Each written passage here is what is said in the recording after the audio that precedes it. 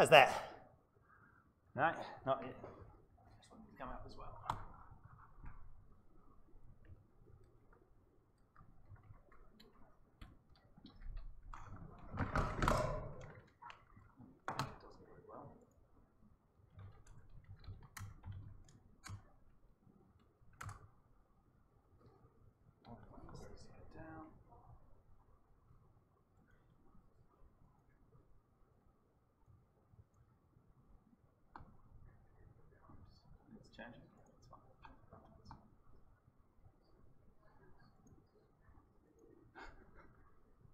That doesn't bode well.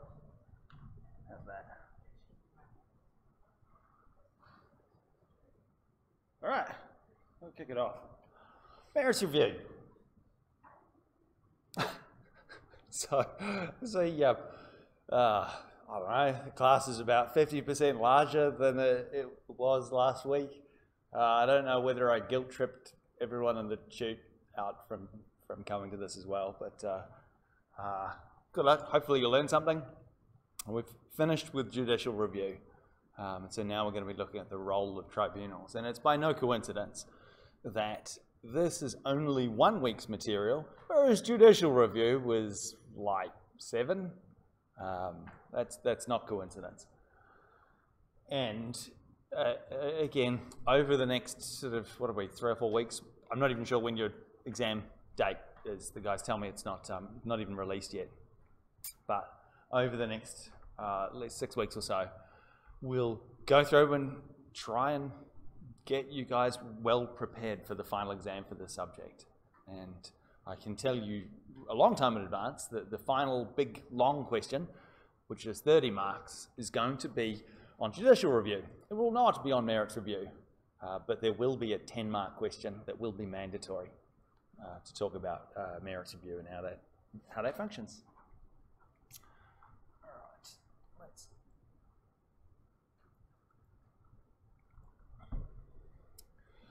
Now, the one guiding principle or fundamental rule that we have when we're looking at merits review as opposed to judicial review is that merits review is really about the decision itself and the quality of the decision and not its lawfulness. And that's why, for maybe appropriate reasons for being in an undergraduate law subject, we spend 7 weeks on judicial review, but only 1 actually looking at the quality of the decision itself. And so that really, if that's the one takeaway that you get from this week, it's that merits review is about redoing the decision itself, usually through a tribunal, whereas judicial review looks at the lawfulness of the decision and the decision-making process. Okay, now, another thing to note that for the material here, I've sort of mixed and matched a little bit between the Queensland and the Commonwealth. It's largely to do with the Commonwealth stuff in the AAT, but you'll find that there are equivalents for both. And so it may be a worthwhile task actually going through and filling in those gaps. Go through the Queensland, the QCAT statute, and find the equivalent rule where I've mentioned the AAT one and vice versa.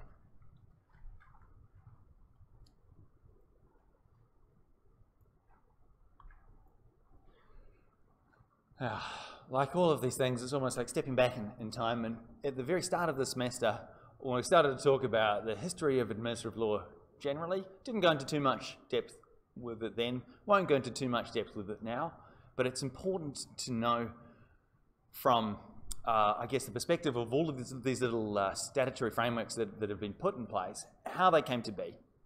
And so we go back in time to when federation was being thought about, and some bright spark thought, oh, we better put the prerogative writs actually into the Australian Constitution. That was a pretty good idea. So as you're aware, under section 75 sub 5, a person can go to the High Court and seek a writ of mandamus, prohibition or certiorari from an officer of the Commonwealth. And armed with the information that you got from last week, hopefully you guys know what each of those 3 things means.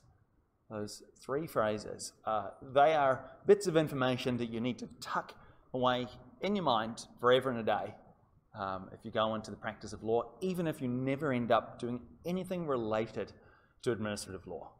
those writs, because those words are going to come up and people are going to use those. Now, again, as we're aware, in Queensland, for example, they've actually taken the prerogative writs and in the statute given them slightly different names. So they're called orders. But fundamentally, the law is the same. And you'll find that people, and judges in particular, will refer to the three great prerogative writs that we've talked about at length in this subject.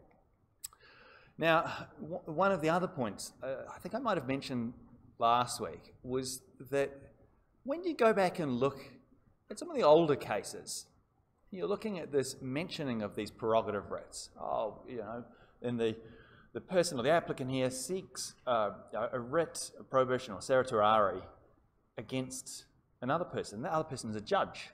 And you're like, well, what? This is supposed to be about administrative law.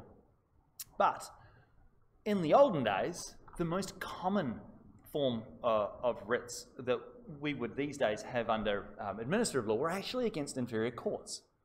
And the reason for that, as I alluded to earlier, is because the system of appeals that we have and we've known since first year, where you have a decision that's made against you in the Magistrates Court of Queensland, what can you do? You can go to the District Court under Section 222 of the Justices Act. You don't like that decision in the District Court, you can go to the Queensland Court of Appeal. You don't like that decision, you can go to the High Court. Again, the example that I like to bring up was Pat Coleman, former JCU law student, who did exactly that. In constitutional law, you guys will learn the case of Coleman and Power. It went through all of those stages. Look, that's exceedingly rare, but fundamentally, that's the system of appeals that we learn in first year. What we kind of tell you later on is that we kind of lie a little bit, in that, sure, that's what the law is now, but the system of having the structured avenue of appeals is actually relatively recent. In the olden days, if there were inferior courts, you had to seek writs, where you go to the superior court and seek a prerogative writ, changing the decision of the inferior judge. That was the process that was done. And look, trying to explain to lay people that they don't like the decision, they have to get a writ of certiorari or prohibition or mandamus. This is arcane. The language is not particularly useful.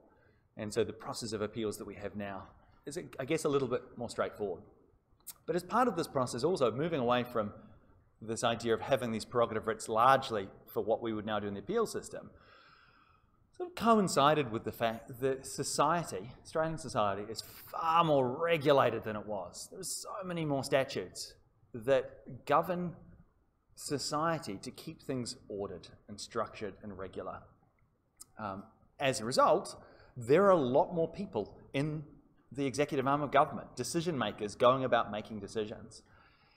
And this was really problematic because people had to go through, again, and use all these prerogative writs to try and challenge these decisions, and it was clogging up the courts. And so in the 70s, they had the Kerr committee met, and they did a review of how administrative law sat in Australia at that point in time. They made a bunch of recommendations. One of them was to take a bunch of tribunals, merge them all together, and have one tribunal. And another one was to codify essentially codify the aspects of administrative law as best they could. Third thing was to do with the ombudsman. We'll get back to that in the next week or the week after. So those pieces of legislation from the mid to late 70s, on the bottom of the slide, are really a response to the Kerr report. They've said, oh look, this is actually really complicated and really expensive. Let's, instead of having all of these complex writs and having a whole bunch of administrative decision-making process with all sorts of weird places to appeal, let's try as much as we can to put it in one place. Now, it is not in one place. There are still many tribunals in the federal system. In fact, in Queensland, there are many tribunals too. Queensland arguably has actually followed best practice in terms of implementing these things through the Queensland Civil and Administrative Tribunal Act in 2009. It's one of the really nice things that you guys really get the benefit of doing this, where you've got this one-stop shop. Now, again, it is not all of the tribunals, but it's the bulk of them have been merged into this one place. A couple of those other things there too, by the way, the Freedom of Information Act and the Privacy Act, they came a little bit later. There was a bit of political movement afoot to make information a bit more free and transparent. And the Privacy Act actually came as a result of the various law commissions. So the academic lawyers and practitioners get together and have these discussions on things and do reviews, and they make submissions, and one of them was to do with privacy in Australia, and that was picked up and turned into statute in the 80s.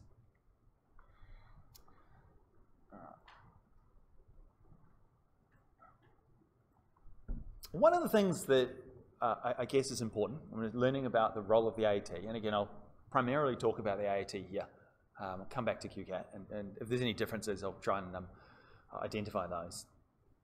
But one of the key things, and I really I like this particular phrase. This is taken extra judicially by then Chief Justice Murray Gleeson, that one of the key aspects about creating the AAT, and this was actually a world first. This is something in this area of administrative law that Australia was actually ahead of its time to some extent in going and doing and creating and setting these things up. But one of the key aspects that I really like about this is that he's mentioning that the AAT itself is made up of members who know how to review decisions, I guess in the broad sense. They know how to go about doing that, even if, as in most situations, they're not necessarily experts in the subject matter themselves. And this was a bit of a departure from having 600 tribunals where you've got experts in a particular matter. And this kind of makes sense, you know, you're having a tribunal about structural engineering. Got to get some structural engineers on there. And cool, and that's fine, but having structural engineers and trying to teach them the mechanics of review and all of the various rules, policies, and law that relates to that, turns out it's actually easier to get people who know the relevant rules, structures of review, and arm them with information in terms of the relevant subject matter expertise, or in this day and age, get people who are both. Just the bar is that much higher. And so if you guys do, you know, want to go out in the world and you do wish to enter the legal profession and doing something like this interests you, get to be an expert in something. It's that something that's really the key, that driving force towards you being able to merge your legal knowledge, I guess sometimes as an ancillary skill, with subject matter expertise. All right.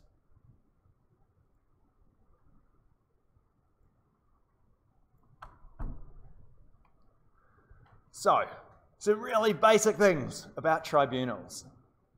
I guess one of the key aspects about tribunals as part of the decision-making process is really in your minds to think of the tribunal as just an extension of the decision-maker themselves, because tribunals are not courts. Most importantly, tribunals form part of the executive arm of government. That's a really key distinction. And for those that are studying constitutional law, you go through, Salome will probably go and talk to you guys about this distinction.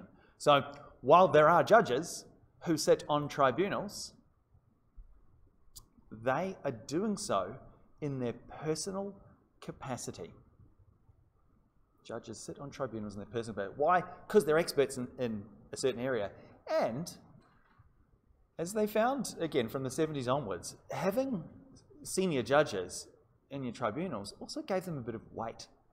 It's one thing to say that, you know, so-and-so, I mean, anybody here, I believe there are certain requirements. I think you have to be a lawyer for 5 years in Queensland to sit in QCAT.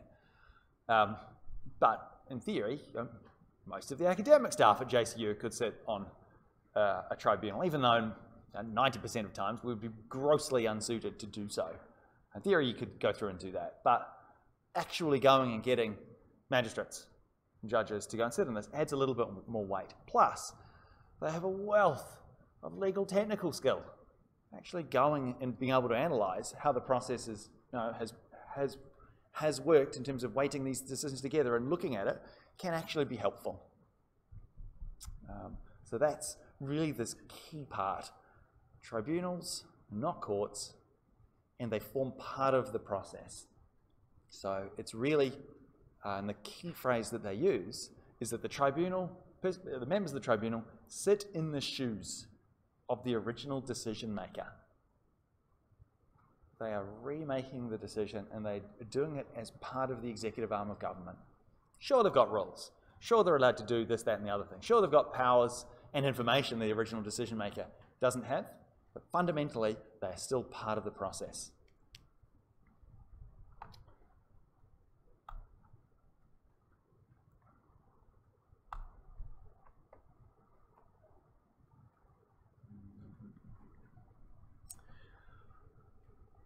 Okay, so there are some things that tribunals can do that courts can't. Can anyone think of some examples? What are some things that tribunals have? Well, the rules of evidence. That's a really important one. Most of you guys, well, you're either studying evidence now or you'll do so next year. Rules of evidence, very complicated, very rigid. And in terms of legal practice, particularly in the criminal law, one of the areas in which a lot of time and effort is spent by practitioners to try and win cases, because the rules of evidence end up being quite complex. But before we start to think, oh, well, that's fair enough, ditching the rules of evidence because they're boring and cumbersome, you've got to appreciate, though, that the rules of evidence have been developed over hundreds and hundreds of years in order to make judicial proceedings fairer, by actually stopping people from being able to adduce evidence which is irrelevant or has somehow been unlawfully or unfairly obtained. It's not just a case of the rules of evidence are bad, but in terms of the tribunals achieving their purpose, the rules of evidence strictly held aren't particularly helpful. Has anybody been to a tribunal, like either sat in or been to QCAT, sit by there? Because they, key thing to note about tribunals, they vary a lot in terms of how court-like they are in their structure and style. So when you're doing things, for example, the very complex industrial arbitration stuff, or maritime stuff, where you've got very large dollar values that are involved with these things, those sorts of tribunals take on a very court-like structure, that level of formality in terms of the rules and procedure they follow. Whereas, if you go to QCAT, sit in magistrates' courts 5 or 6 on a Tuesday afternoon, you'll get to listen to residential tenancy disputes. They don't have the same level of formality, structure, and even politeness that you would expect in a more court-like setting. I mean, it's not quite monkeys throwing their feces at each other, but they can get a little bit heated. So, just a thing to note here is that the tribunal actually has power. So under, this is the AAT Act, and there's an equivalent in the Queensland one. They have power, and they're given statutory power to actually try where they can to reduce the amount of technicality, to make the language simpler, again, while not strictly obliged to follow the rules of evidence, try to take into account things that are logically probative, which I'll talk about in a bit. All right.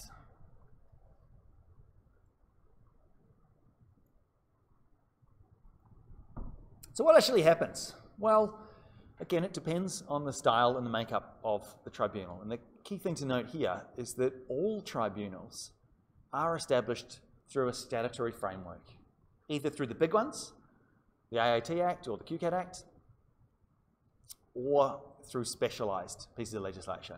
The classic one for administrative law is the 2 migration ones, the Migration Tribunal and the Refugee Tribunal. But one of the key things to note about this process of going to a tribunal for an administrative matter is that they will hear the matter afresh. We use the phrase a de novo, or a new hearing. The idea of a tribunal, and again, the correct and preferable is repeated elsewhere, both in the common law and I believe the AAT Act as well. The purpose of the tribunal is to usually remake the decision to get the correct and or preferable decision. Bit of commentary about whether that actually means or, but I'm not going to go into it. Now, this necessitates starting from scratch, actually going, getting all the information, and making a new decision. And so part of going and doing this is that parties, both from the usually the government decision maker and the applicant, can adduce new evidence as part of that. Okay? Because essentially the decision, rather than being made by the naughty minister or those horrible people at Centrelink that stop giving you your $1,000, I think. Do you get $1,000 for books or something? Somebody told me a while ago. Yeah. Oh, wow, okay, yeah, all right. No offense to you guys, it's been like that for us dirty Kiwis for like 25 years. We didn't really get, everything had to be repaid. Even if you die. I believe in Australia, your HECS debt dissolves when you die. I think it does, but across the Tasman, I don't think the same thing applied. Yeah. Yeah. Well, the trouble is, all of the degrees and qualifications are held by the dead you. So it's kind of like, why did you bother going to uni? You can't be a lawyer. And you have to wander around with a really silly alias for a name. Okay, so let's keep up. This rehearing or hearing de novo. Hearing de novo, but, and another important thing to note here, tribunals aren't courts. And courts in our system, remember, are adversarial. One side brings some evidence, the other side brings some evidence, they fight it out with their legal arguments, somebody wins and somebody loses. That's not how tribunals operate, at least in the administrative area. They are inquisitorial. You guys, I don't know if you learned this in your first year. Other legal systems use an inquisitorial system for other areas like criminal law. So if you go to France, the equivalent of the magistrate is a person who follows the police around while the police are gathering evidence, taking notes, and then the person determines how and where the person is guilty or not. That's the process where you go through and do that. To us, it seems like alien, but that in other systems, that's how they operate.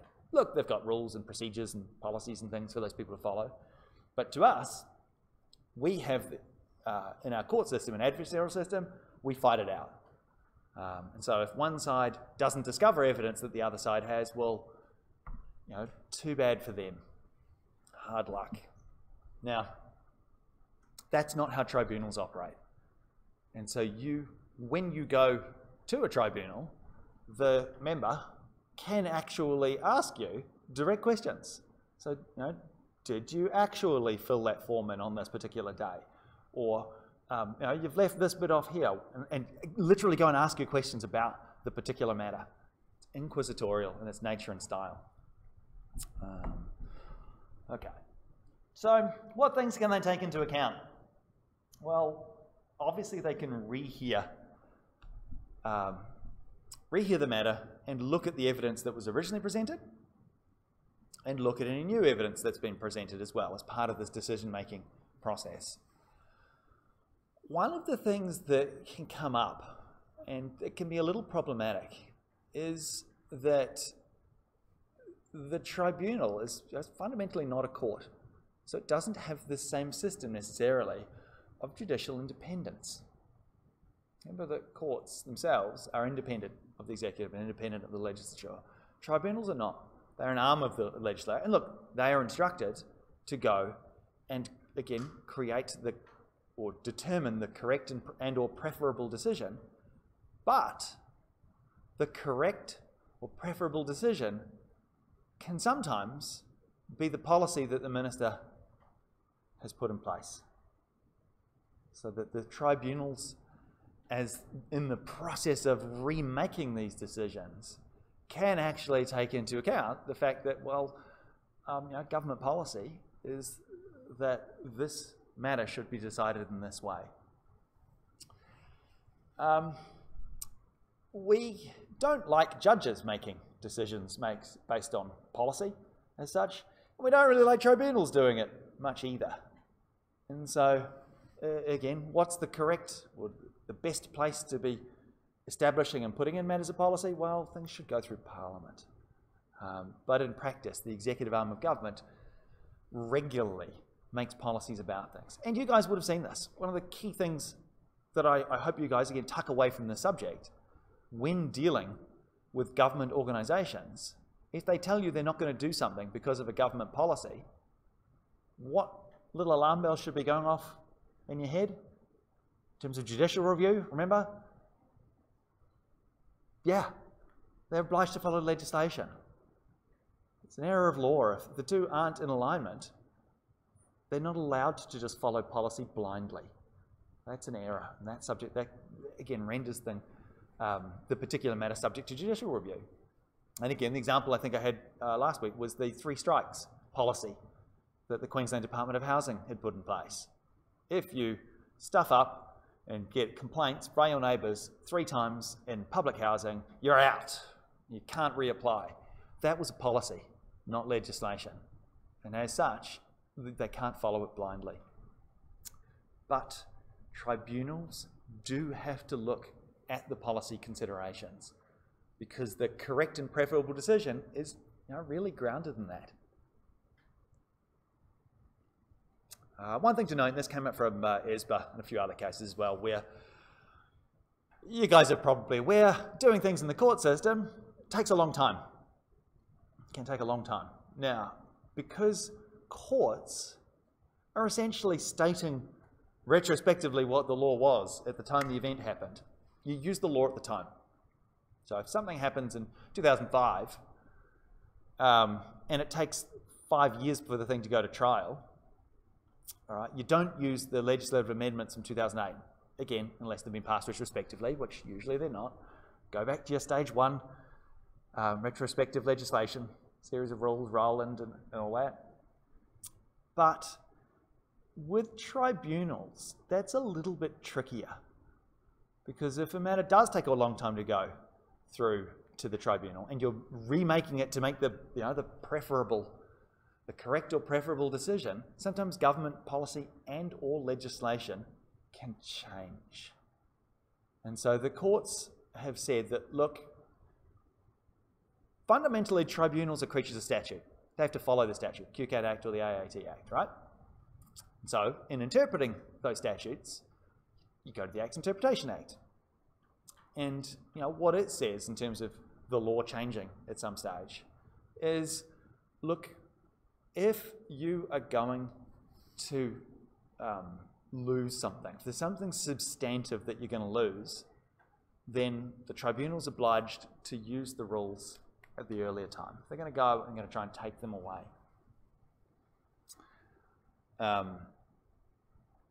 So that the subsequent legislation or policy isn't going to change that. But again, thinking back to your stage 1 Acts interpretation material, sometimes you can have regulatory changes. They can have a negative effect sometimes. Was the guy who was in prison Royale? No, not Royale. Rowland? It was a criminal law matter from the early 90s. It wasn't Dietrich. I can't remember off the top of my head.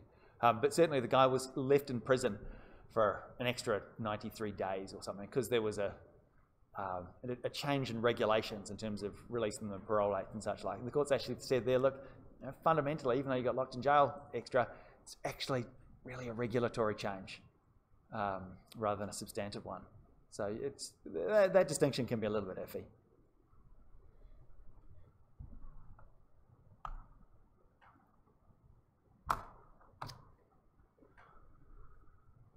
Okay, now I mentioned that tribunals themselves, when you're doing merits review, they're not, strictly speaking, bound by the rules of evidence. Like, strictly speaking, that's true.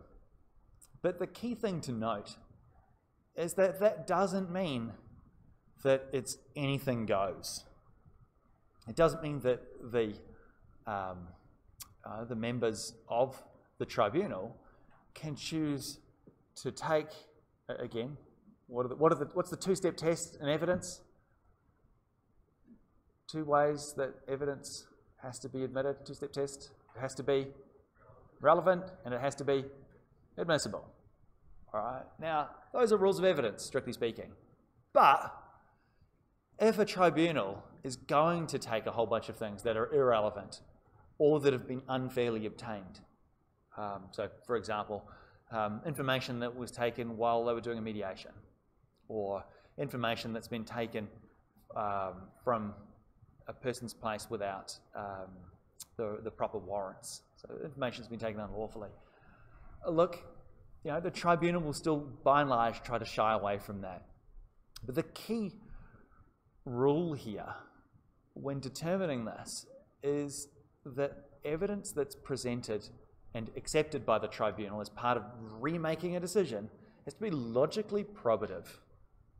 Again, Chris in evidence would have talked about that. Things that must go towards proving something. That implicitly really follows that two-step test, particularly the first step, the things being relevant. And this, I believe this is taken from Uchi.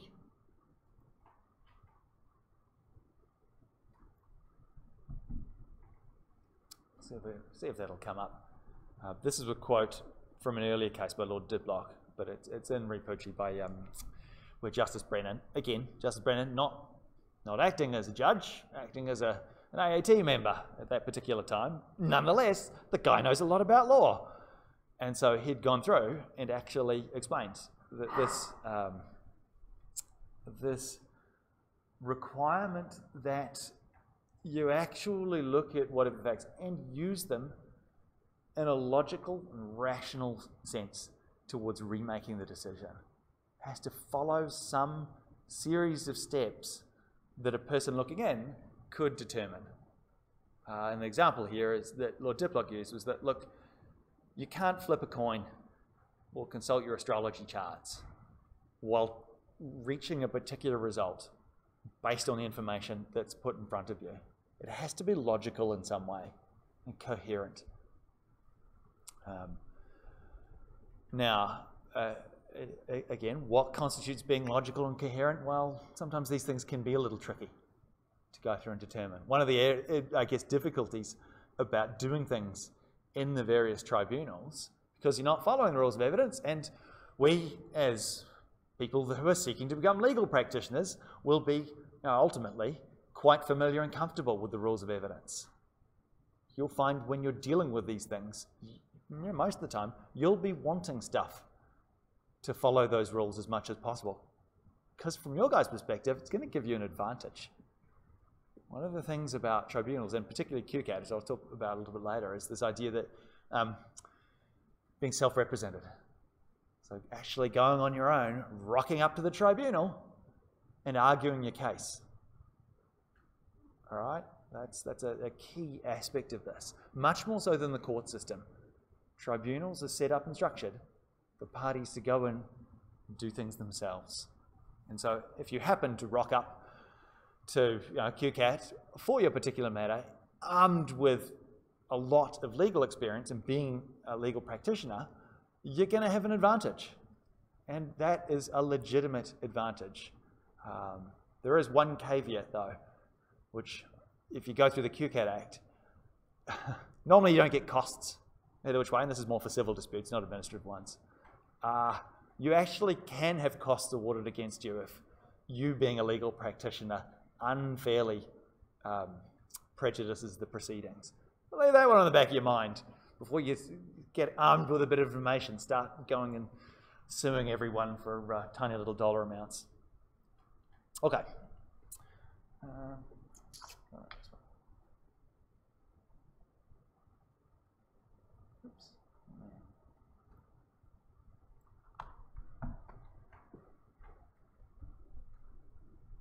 Actually, we might.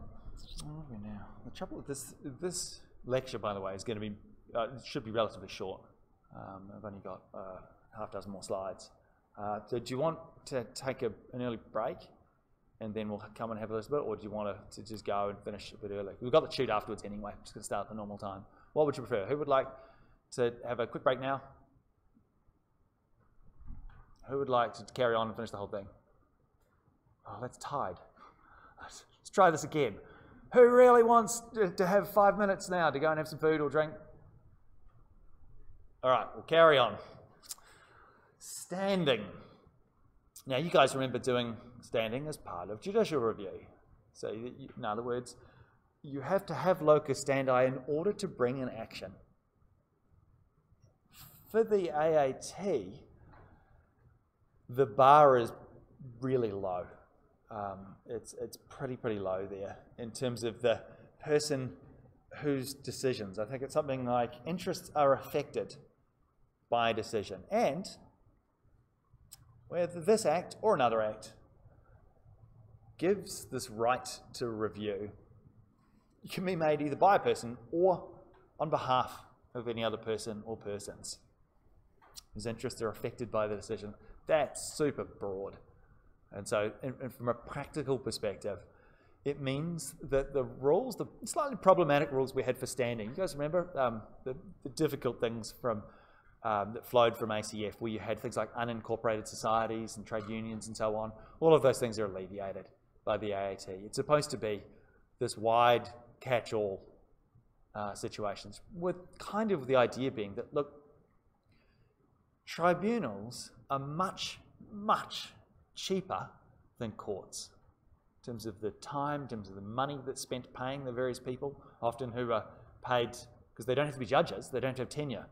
So you can literally be a QCAT member and just rock up and you get paid for the hour while you're there, write your decision up, and that's it. You know, $500 or what have you. And as a result, because of all of those mechanical steps that are sort of bypassed through having this tribunal system, it costs way less. Even so, they would still prefer that before things go to a tribunal, that you actually have alternate dispute resolution, which is even cheaper again than going to a tribunal, where you have people, often they're not lawyers, going through and doing these things. As I discovered going to mediation last week. If you know what the particular area of law is, you may find mediation very frustrating. That's just a piece of information for your future selves. I strongly suggest smiling sweetly and nodding and participating in the process. Tick the box and get the certificate. Okay, yeah, so just make note, unincorporated societies are a little bit problematic in terms of having standing for judicial review, because they're not sui juris, they can't sue and be sued. Usually you have to have one person, and the action is actually taken on behalf of that one person, even though they represent the interests of the whole group. You guys, you may or may not remember from first year, the concept of sui juris, where you can't actually sue an unincorporated society. They're not, they're just a collection of members. Sure, you can sue one of them and then try and render the rest of them liable for those things. But it's much harder doing those things. When things are incorporated, it's its own separate body. It's much easier. And now, in terms of standing for the AAT, very low bar. You can get away with having an unincorporated society go and bring an action. All right.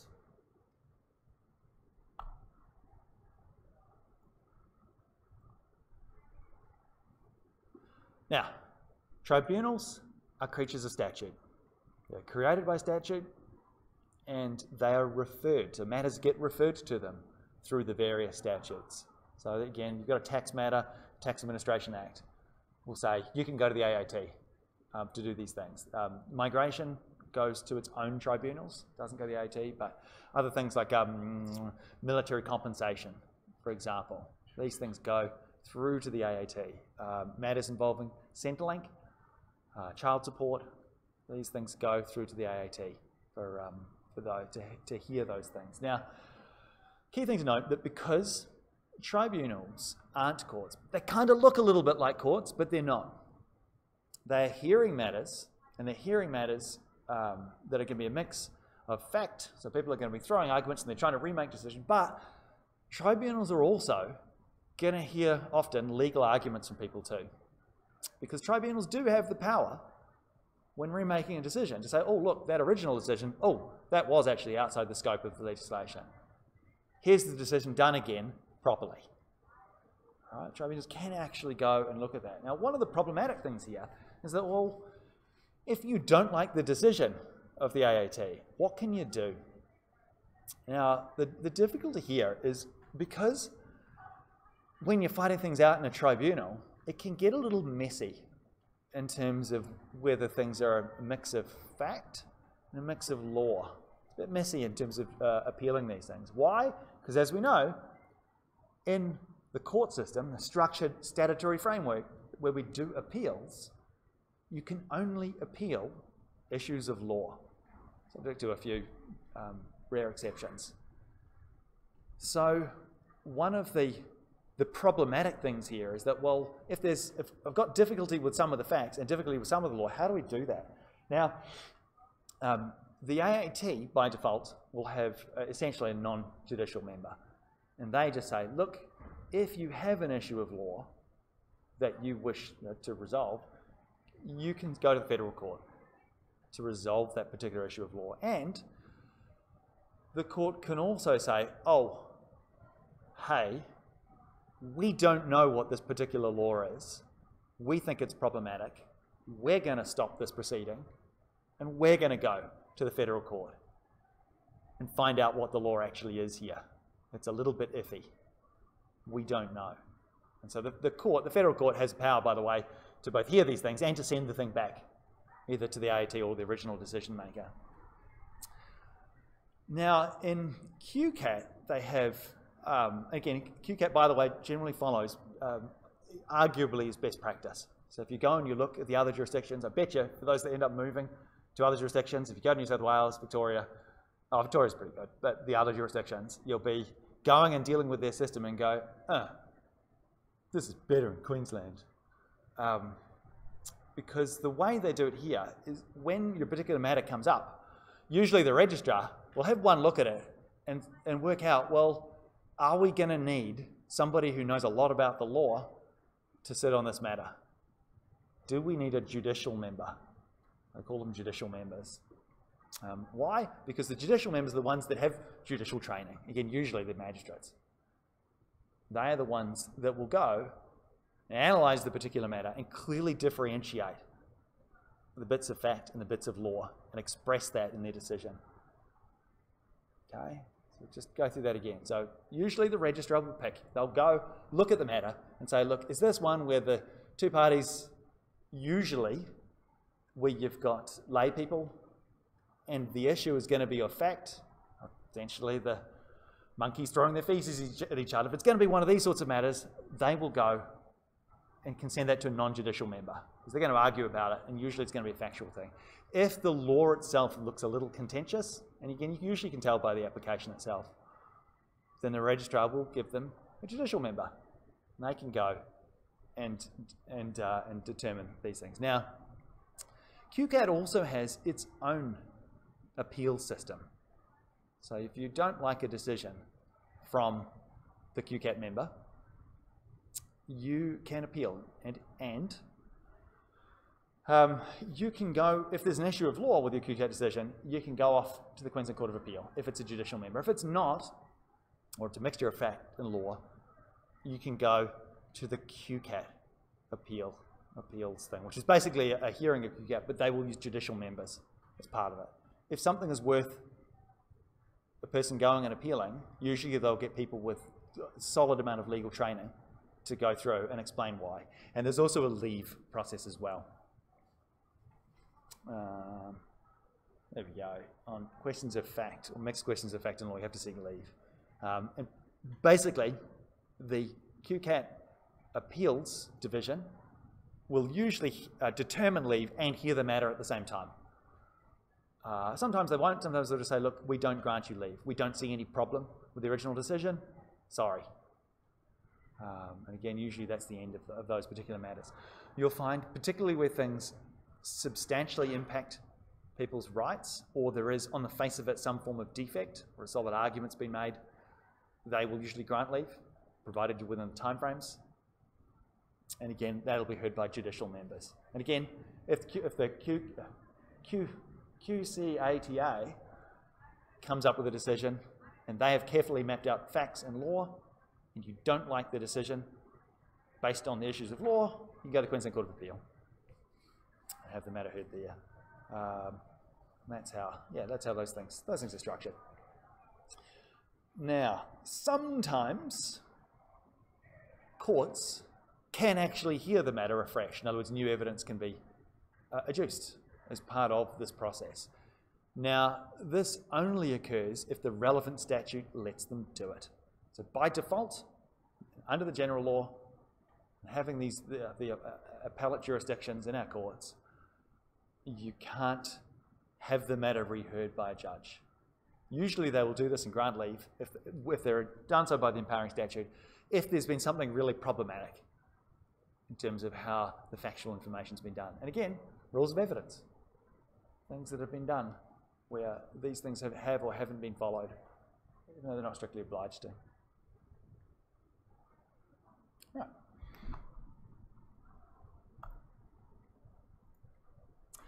Has anybody here signed up to do the Court Network volunteering with Madeline Rudge? Anybody, do most of you guys know what I'm talking about? Yeah, it's like a volunteer, it's like a welfare group where they go around the court system, the courts like Magistrates District Supreme Court in Townsville, and they have your little pink clipboard, a little pink lanyard, I think you call it, with your little smiley face on it, and you're allowed to go into the various courtrooms and just basically act as a support person and a referrals person for anybody who's there who needs help. It's quite a useful thing to go through and do as law students, because you're allowed into the courts. The most important thing to note, though, is that the Court Network cannot give anything that could be vaguely construed as legal advice. Okay, it's a welfare and referral service only.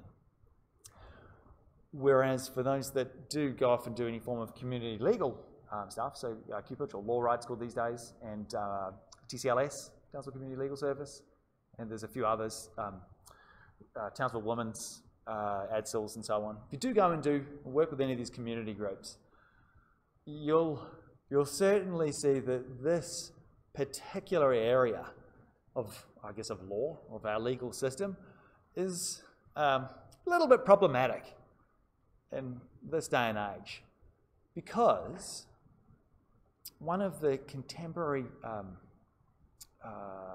themes, the zeitgeist, as you would say, of contemporary legal practice is allowing people to go to the court and represent themselves. Now, first piece of advice you have to give any single person, whenever you get a client that comes in front of you, people representing themselves without solid, structured legal training, in fact, even those that do have structured legal training representing themselves, are just asking for trouble. Are absolutely asking for trouble. Why? Because if you're going to court, almost always you're doing it as the result of some form of emotional need to go through to the court, to see justice done, to see your rights vindicated, to have your day in front of the judge, tell the judge what for. Seems to be a pretty common theme, in my experience anyway, with self-represented litigants. Now, our courts, though, have, over the last 20 years or so, started to put rules and guidelines in place to assist people in doing this, going to the courts themselves and representing themselves. Look, we don't recommend it, but you can go through and do it. You're going to be massively disadvantaged, as opposed to those people who actually know things like, oh, I don't know, the rules of evidence.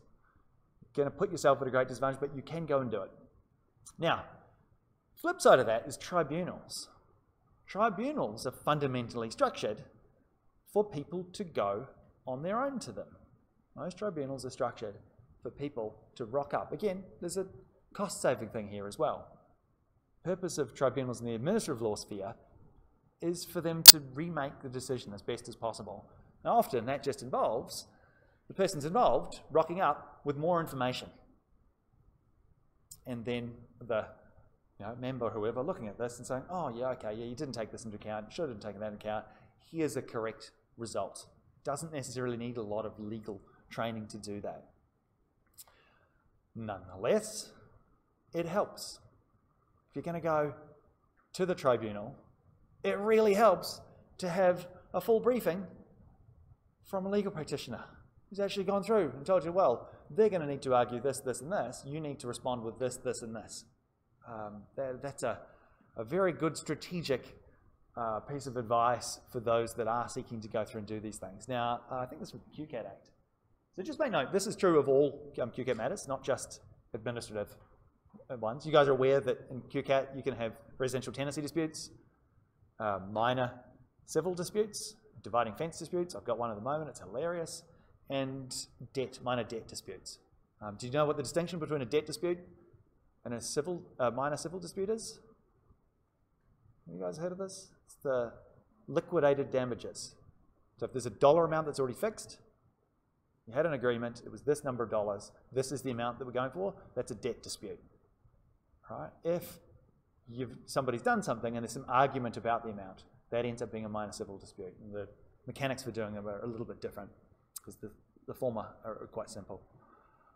So just note here, you can, as a person, a non-legal practitioner, represent yourself in the tribunal. In fact, you're encouraged to do that. So the default rule is, was it in subsection 1? The main purpose is that people do things themselves. Now, there are some situations, though, where you can get representation.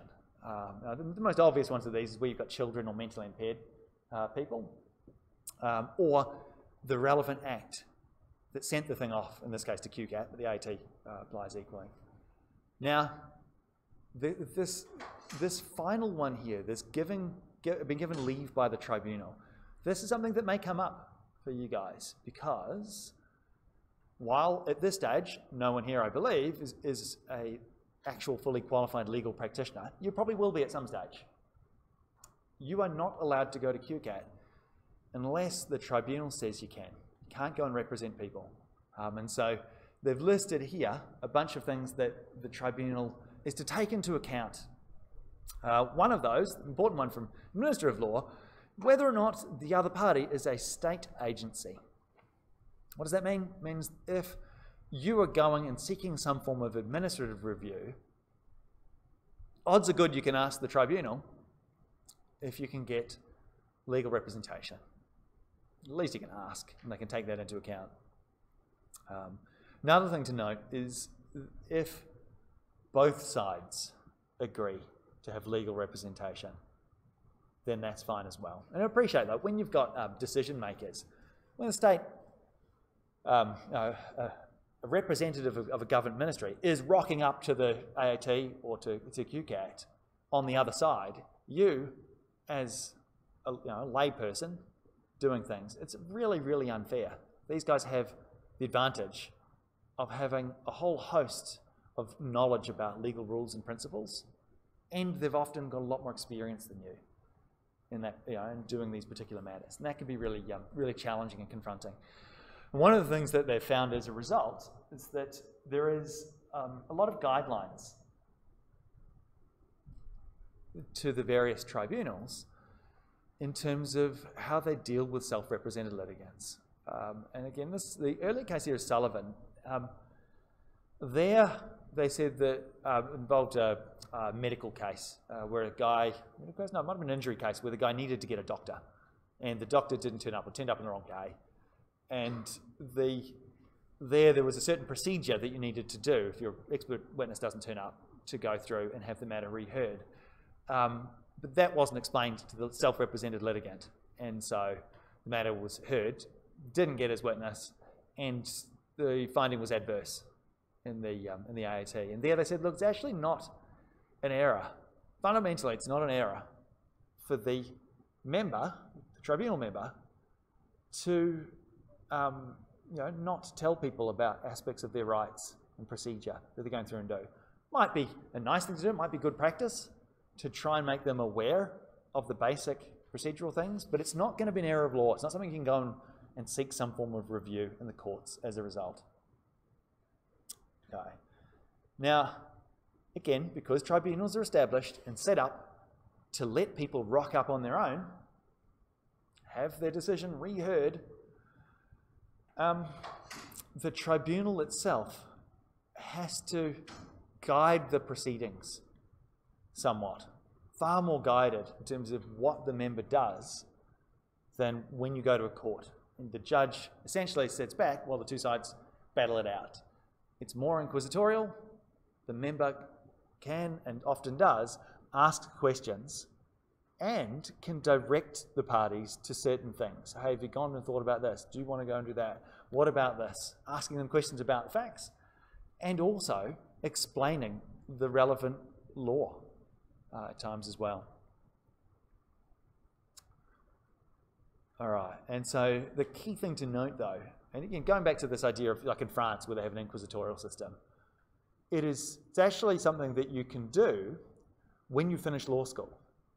So you go, for example, here. We finish law school here, do your PLTs, get admitted, thinking about different areas of practice. Oh, well, okay, you've got land law and conveyancing, construction, you've got tax, you've got criminal law, administrative law, these different sort of branches in the area. Well, one of the branches that they have in the civil law countries is judge. You want to be a judge, okay? Go to judge school, do an extra lot of magistrate training when you finish law school. That's the process you're going to do. Whereas from our perspective, that seems just haywire crazy. We don't put people into judicial office until they've got 10 to 20 years worth of experience as practitioners, as a general rule.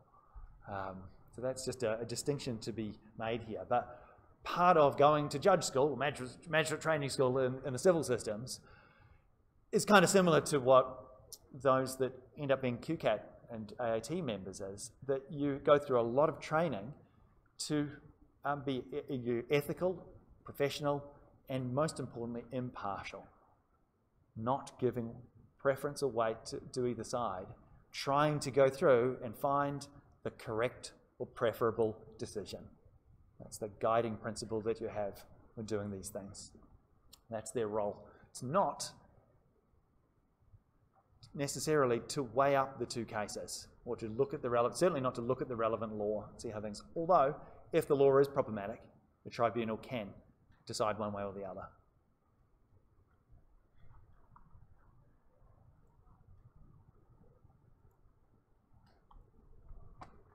All right, 10 more slides, and then I'll take 5 past, easy. Okay. So what powers does again, this is the AAT, QCAT's pretty similar.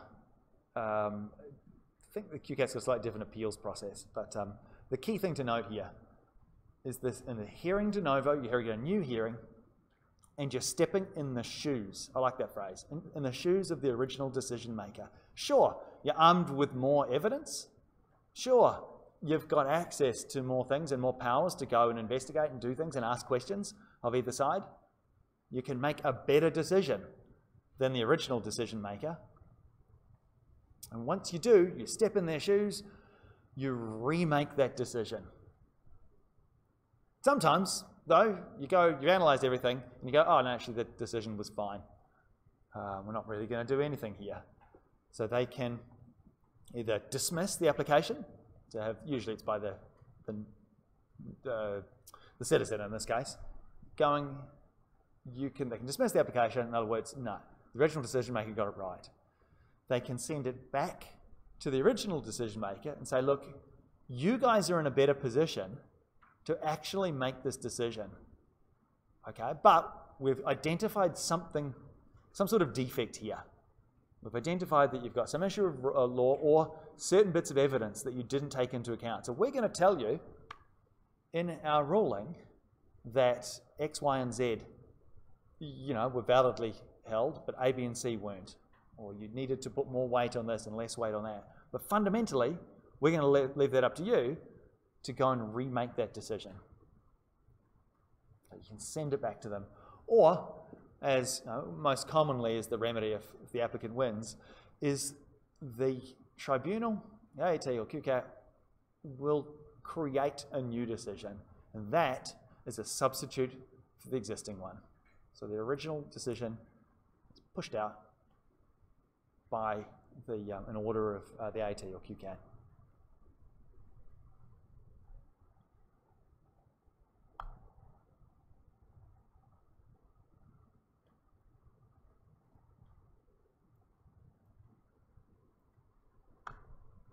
I was wrong. There's 3 more slides. And essentially that there, what's that, section 43? That is just the actual section that says the exact same thing. They vary the decision, they can send it back, or they can dismiss the application. And note this bit here, when you remit the thing back, you can get them to reconsider in accordance with any directions or recommendations from the tribunal. That's that last part there. You can send the thing back, but say A, B, and C was correct and X, Y, and Z were wrong. Go to it. And if they go back and do it and then stuff it up again, that's going to be an error of law. Why? It's ultra vires. Tribunal's gone and made a decision, created an order, and that hasn't been followed.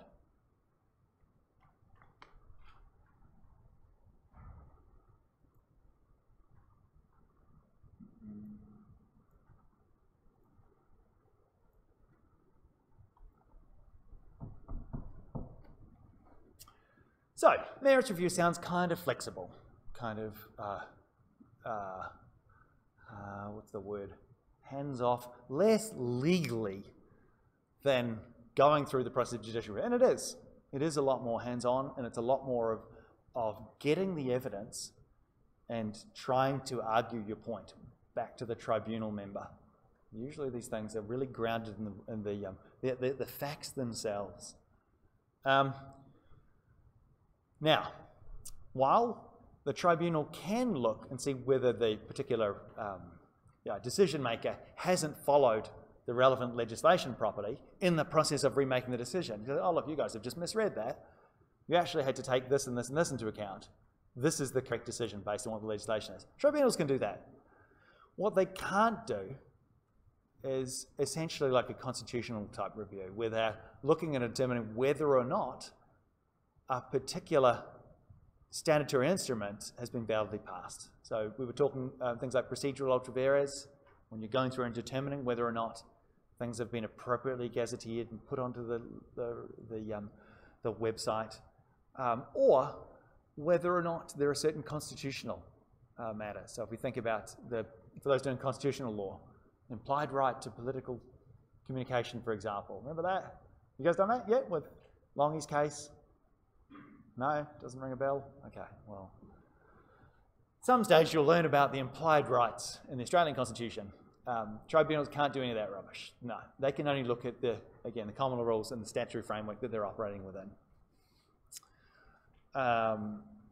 They can, though, where a decision hasn't been made according to law, even though you're doing an application through the merits review system, which is to remake the decision, the tribunal is not usually going to go all the way to the federal court or to the Queensland Supreme Court and ask them what the underlying law is, if it's plain to the member that it's been misread or misapplied in some way.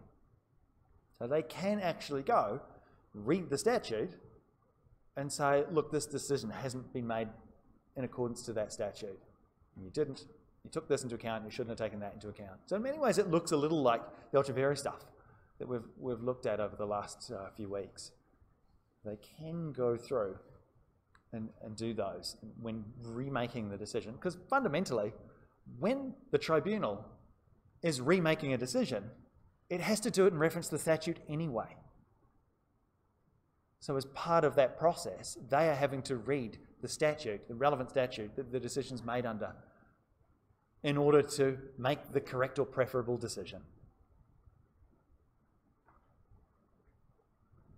And finally, and possibly for the third time, I might have repeated this like 3 times, there's an inquisitorial process. They can ask you stuff, and there are specific powers in the relevant tribunal statutes that grant them powers really similar to contempt powers. So if you think when you rock up to QCAT for your residential tenancy dispute that you can just give the member the 2-fingered salute and walk off, you may be sorely mistaken to find that, in fact, they do have a statutory power of contempt.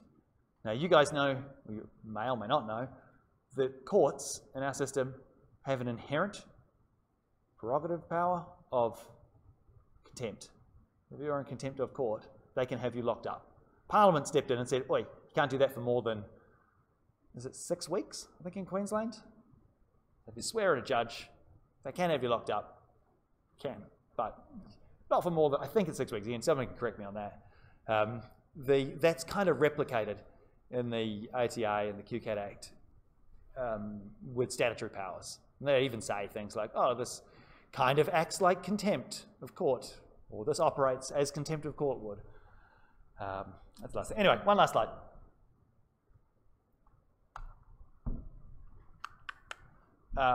This is a practice, or a professional practice, series of points. What's the most important thing? What do lawyers get sued a lot for? Timeframes. And sending matters off to tribunals have way shorter timeframes than seeking to have a matter, for example, for something like breach of contract heard in the courts. What's the time limit for breach of contract? Michaela? What's the time limit? Michaela? Time limit? How much time do you have from the time of breach to bring it to the courts? No. Chelsea, how much time? If somebody you've got a contract with somebody and they breach it, how long have you got before you take the action to court? Lennon?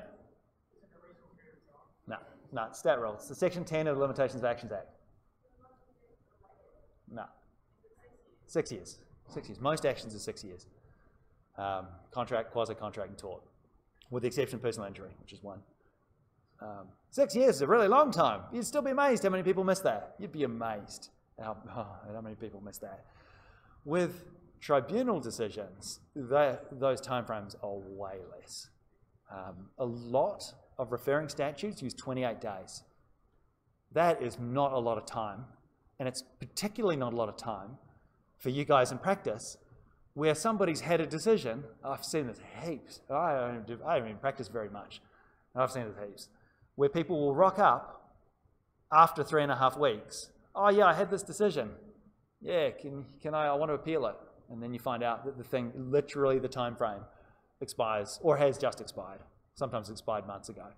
Because people don't appreciate that you have to do these things quite quickly. And some of these, I don't know, what's a 501 visa? I didn't go check that. I think that's one when you rock up to the country and get one on the day. 9 days. Doesn't seem like a lot, very, very big length of time. But just be mindful, most of these referring statutes set a 28-day limit from the day that a decision is made. So just leave that in the back of your mind. That's the very last thing I'm going to leave you guys with. I'll turn the recording off, and we're going to have a wee chat about, I don't know, your exam, maybe. Yeah, let's do that. Any questions about this stuff?